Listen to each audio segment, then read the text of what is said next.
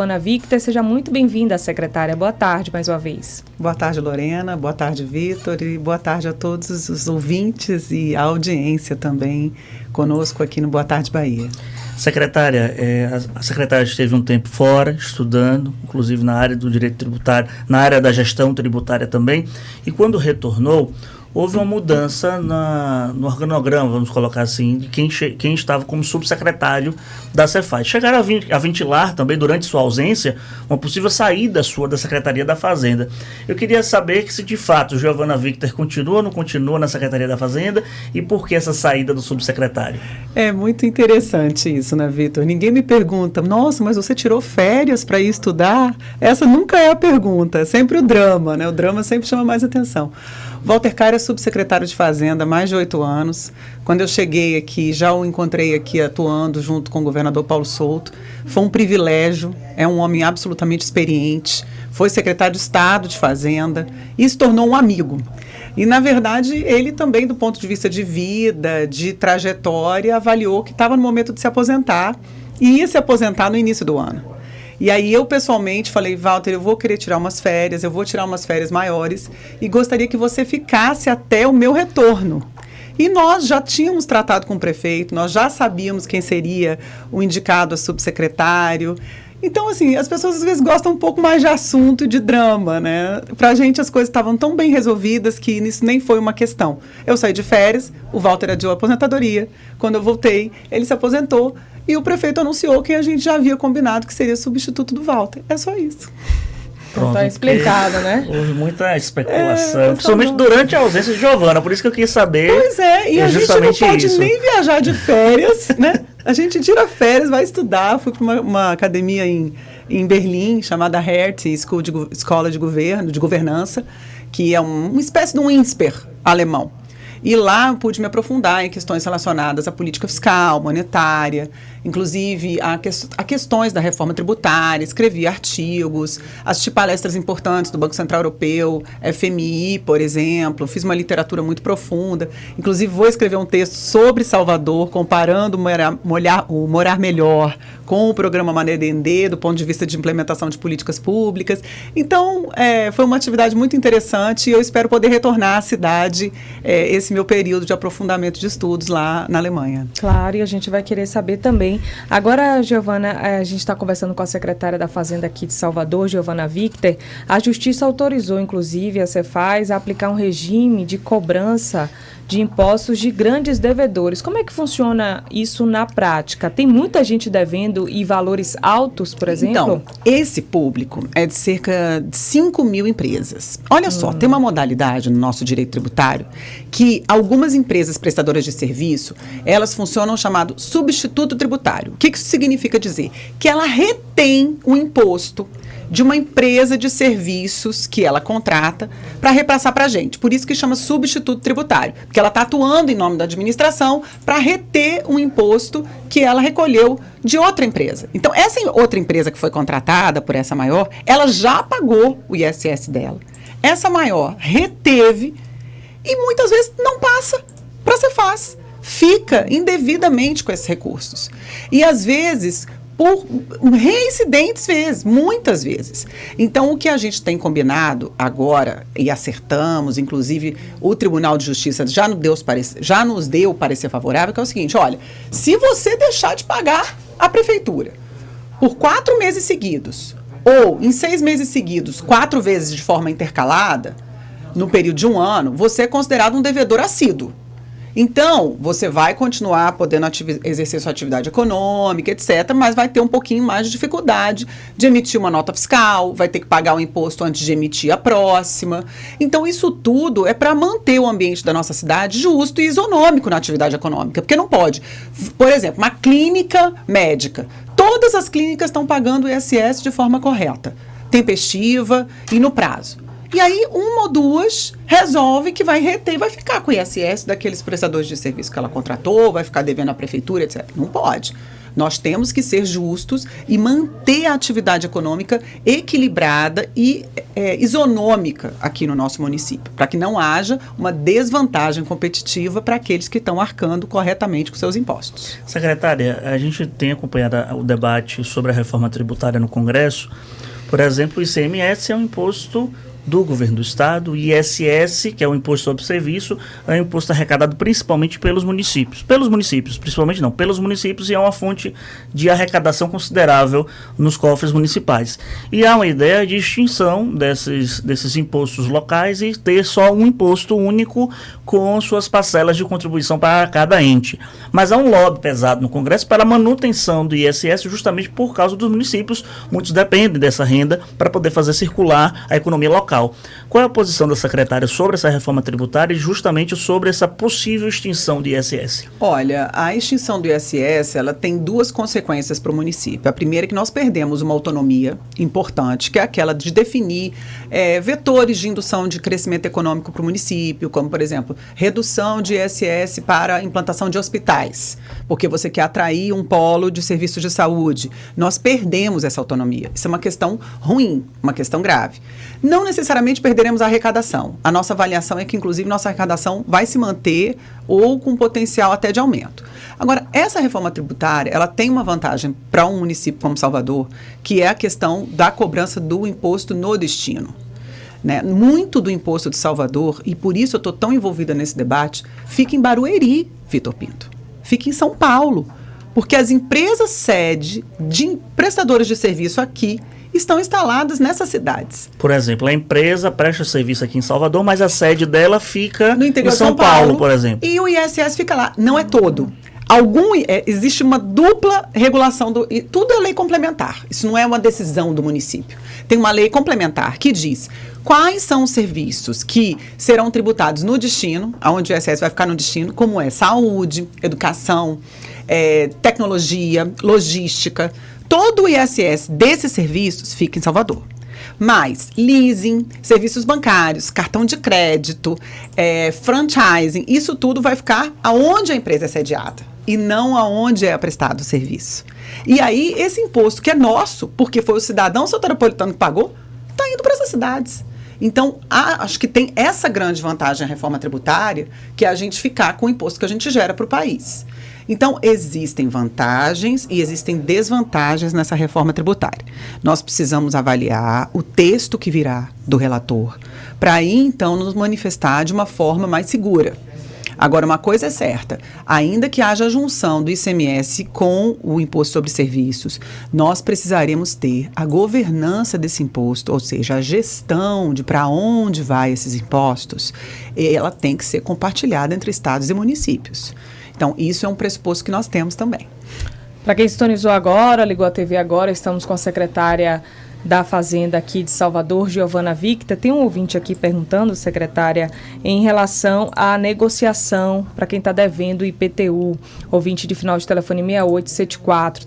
Deve ter outras pessoas aí passando por essa situação. Quais são os impedimentos que podem ser causados, né? Eu já emendo aqui a pergunta dele. Como negociar para quem está devendo?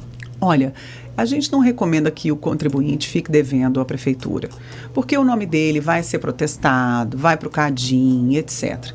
O nosso objetivo é tornar cada vez mais regular a situação da nossa comunidade. Então, nós fizemos, logo no primeiro ano do mandato do prefeito Bruno Reis, uma modificação no parcelamento administrativo das dívidas, diminuindo muito os juros e a multa. Então, hoje, o contribuinte tem muito mais, eram juros absurdos, era 1% ao mês, um parcelamento junto ao município. Era mais barato o contribuinte se endividar num banco privado, pegar um empréstimo, do que fazer um parcelamento administrativo na prefeitura. Nós consideramos isso um absurdo, facilitamos as condições do parcelamento e é o parcelamento ordinário.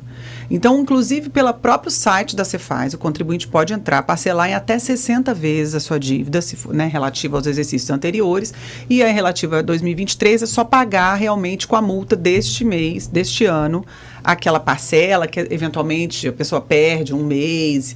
Agora, a Cefaz tem atuado bastante quando, por exemplo, um contribuinte que é um contribuinte que sempre paga Eventualmente, a gente percebe que durante um mês ele deixou de pagar o boleto, a gente tem mandado informações, avisamos e etc., porque aí o contribuinte não fica com muito tempo aquilo atrasado, com muitos juros, muito atrasado. Nosso objetivo é tornar cada vez mais transparente e próxima a relação entre a Cefaz e o cidadão soteropolitano. Isso já aconteceu comigo uma vez, em Embasa, inclusive.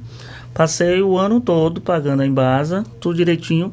E aí, quando chegou no final do ano, eu vi que tinha lá uma informação na conta da Embasa, dizendo que tinha um mês que estava em aberto. Era um mês, tipo, no início do ano. Passei, se eu tivesse agindo de má fé, eu não ia pagar o resto dos outros meses. Quando eu fui ver, realmente eu me passei. Eu achei que eu tinha pago a conta e não paguei. Mas eu recebo a mensagem do celular da Cefaz. Você recebe da Cefaz? IPTU de assim.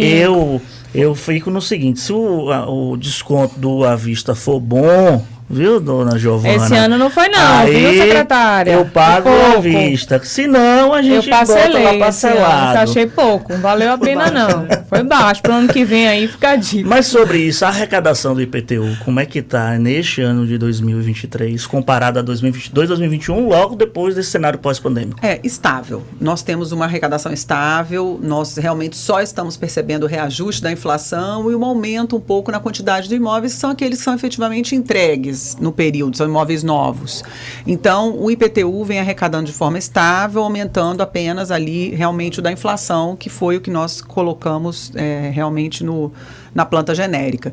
O ISS, que é o imposto mais importante do município, o imposto sobre serviço, está desempenhando bem. Nós percebemos isso, então, que a atividade econômica da cidade está sendo positiva, está até melhor do que imaginávamos na nossa previsão. E, graças a Deus, porque o ICMS, que é a nossa receita importantíssima, os 25% que é distribuído para os municípios, desse imposto que é estadual, dentro do ICMS todo, que o Estado arrecada, 25% ele tem que distribuir entre todos os municípios da Bahia, e Salvador fica com um pedaço disso. Está indo muito mal. Está indo bem abaixo das nossas previsões. Isso por causa da desoneração dos combustíveis, a nossa principal diagnóstico é esse. Então, isso nos preocupa. Felizmente, a economia de Salvador está sendo resiliente e nós estamos conseguindo, então, manter a nossa arrecadação conforme prevista na Lei Orçamentária Anual, mas, de fato, o ICMS tem decepcionado. Tem um ouvinte aqui, a Isabel. Vou fazer a pergunta para a secretária, ouvinte, mas ela vai responder como especialista, porque ela fala aqui de um caso que está acontecendo entre Camaçari e Lauro de Freitas. O condomínio fica em Camaçari, a empresa prestadora de serviço recolheu o ISS, porém a Prefeitura de Camaçari está reivindicando esse valor, mas o mesmo foi recolhido em Lauro. O condomínio não reteve o valor. O que fazer esse período de 2018 a 2022. É importante eu saber, eu também de cabeça, existe uma lista de serviços, e esse serviço especificamente, a gente tem que ver se na lista de serviços ele tem que ser cobrado na origem ou no destino. Então é diferente, né? Tem essa variação. Depende de qual serviço que ela está se referindo. Se é um serviço que tem que ser recolhido na origem, ou seja, onde a empresa está instalada, ou onde o serviço é prestado, conforme... Por exemplo, de limpeza, dando um exemplo assim. Limpeza, eu tenho a impressão que é no destino, é onde o serviço é prestado. Tem que olhar isso. Tem que aí vê onde a nota foi emitida, sim, entendeu? O endereço da prestação do serviço, quem pagou para ficar ali. Porque isso é um padrão de todas as prefeituras, de todos os locais, secretária? Geralmente desse modus operandi da aplicação, da retirada do ISS, sim, né? Isso aí chama-se, uma coisa muito comum, chama-se substituto tributário, está previsto no Código Tributário Nacional, no nosso código também. A questão da retenção é muito importante. Agora, é preciso que esse substituto tributário passe também para o ente fisco do local, né? Então, pode ser que isso que esteja acontecendo. Agora, ela deve ter as notas ali demonstrando que ela realmente recolheu para o substituto tributário todas aquele ISS. Então, eu recomendo que ela realmente procure junto à Procuradoria do município ou junto a advogados tributaristas do local para não ter que pagar duas vezes, que é um absurdo. Verdade. Secretária, como bom fofoqueiro que eu sou, quero saber mais da vida da Prefeitura, porque também a gente, né? Eu quero saber como é que está a saúde financeira da Prefeitura de Salvador. Tem dinheiro em caixa? Tem projeção de investimento? Como é que está a situação? Se puder revelar quanto é que tem em caixa, seria bacana também. O caixa público, a cada 4 meses a gente vai na Câmara de Vereadores, revela. O caixa não é nós temos uma complexidade enorme nessa gestão financeira, mas vou dar um resumo para vocês. Certo, claro. Salvador tem uma situação equilibrada financeira. Primeiro, nosso orçamento de 2023 vai se cumprir. Nós vamos arrecadar tudo que a gente se comprometeu com a Câmara de Vereadores que a gente ia arrecadar, quando a Câmara aprovou o orçamento que diz, olha, vocês vão gastar nisso. Tanto em educação, tanto em saúde, tanto em obras de urbanismo, então nós vamos conseguir arrecadar isso.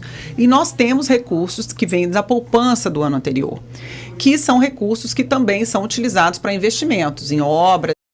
Dando um exemplo assim. Limpeza, eu tenho a impressão que é no destino, é onde o serviço é prestado. De todos os locais, secretário? Chama substituto tributário para surdo. Verdade. Secretária, como bom fofoqueiro que eu sou, quero saber mais da vida da prefeitura, porque também a gente, né? Eu quero saber como é que está a saúde financeira da prefeitura de Salvador. Tem dinheiro em caixa? Tem projeção de investimento? Como é que está a situação? Se puder revelar quanto é que tem em caixa, seria bacana também. O caixa público, a cada 4 meses a gente vai na Câmara de Vereadores, revela.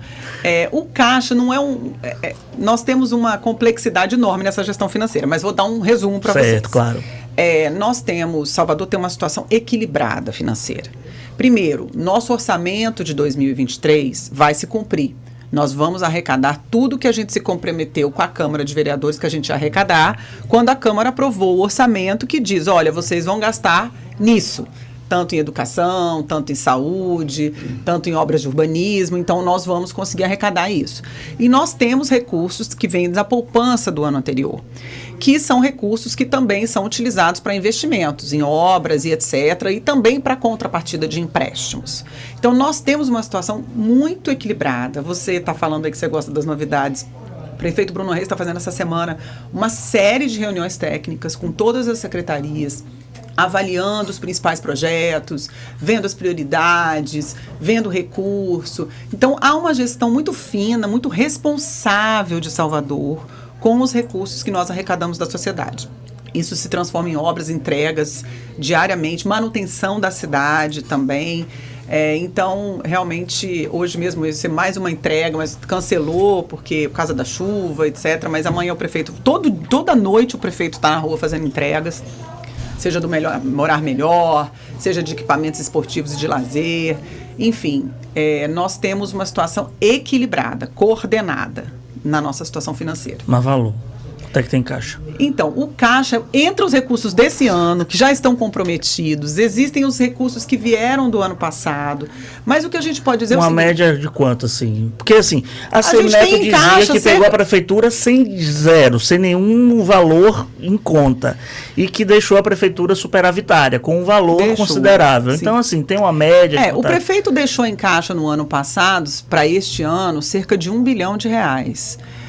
E nós temos ainda os recursos que nós estamos arrecadando esse ano. Então, o nosso caixa, nesse momento, deve ser de cerca de 3,6 bilhões, mas isso está comprometido até o final do ano, com salário de funcionários, salário de professores, da Guarda Municipal, os salários dos servidores da saúde, então, os próprios contratos que estão em andamento. Então, o que nós temos é uma situação de muito equilíbrio entre as nossas receitas e as nossas despesas. Mas, em dinheiro, é mais ou menos isso, uns 3 bilhões, 3 bilhões e 600. Pelo menos essa boa notícia, né? Que não está apertado, que vai seguir aí. É sinal de que o salário não vai ser atrasado, é sinal de que o serviço como a gente vê em outras partes, outras cidades. Jamais. Isso nós estamos assim, o serviço público é o que mantém a cidade funcionando.